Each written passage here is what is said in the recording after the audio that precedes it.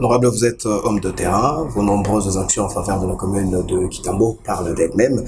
Alors, on va un peu circonscrire le cadre. Là, on n'est pas trop Kinshasa, on est sur Kitambo. Alors, quels sont les secteurs que vous considérez prioritaires? Écoutez, c'est vrai, c'est le secteur économique. Je crois que lorsque je parle de secteur économique, ça implique évidemment le gouvernement provincial et le gouvernement national. On doit apprendre à se faire confiance les uns envers les autres.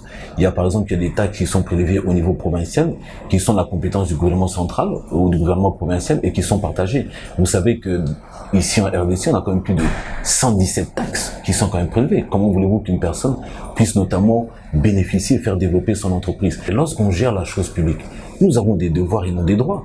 Vous avez, par exemple, vous achetez une maison, vous construisez, et lorsque maintenant vous voulez être dans la légalité, la personne qui exerce, qui gère la chose publique, qui est payée pour, lorsqu'il s'agit de signer ou ceci, elle demande à être payée pour ça. Alors elle crée des espèces de montants totalement fallacieux, imaginaires, et elle veut montrer son autorité par rapport à une position où elle a un devoir.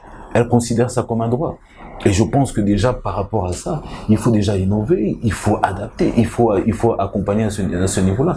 Mais l'aspect que je considère le plus important, qui doit vraiment vivre, c'est la décentralisation, parce que la décentralisation, pas seulement administrative, mais aussi elle doit être financière. Mais encore faudrait-il que l'autorité qui gère cet espace ou cette entité puisse comprendre exactement quel est son pouvoir et quels sont les atouts qu'elle a entre les mains.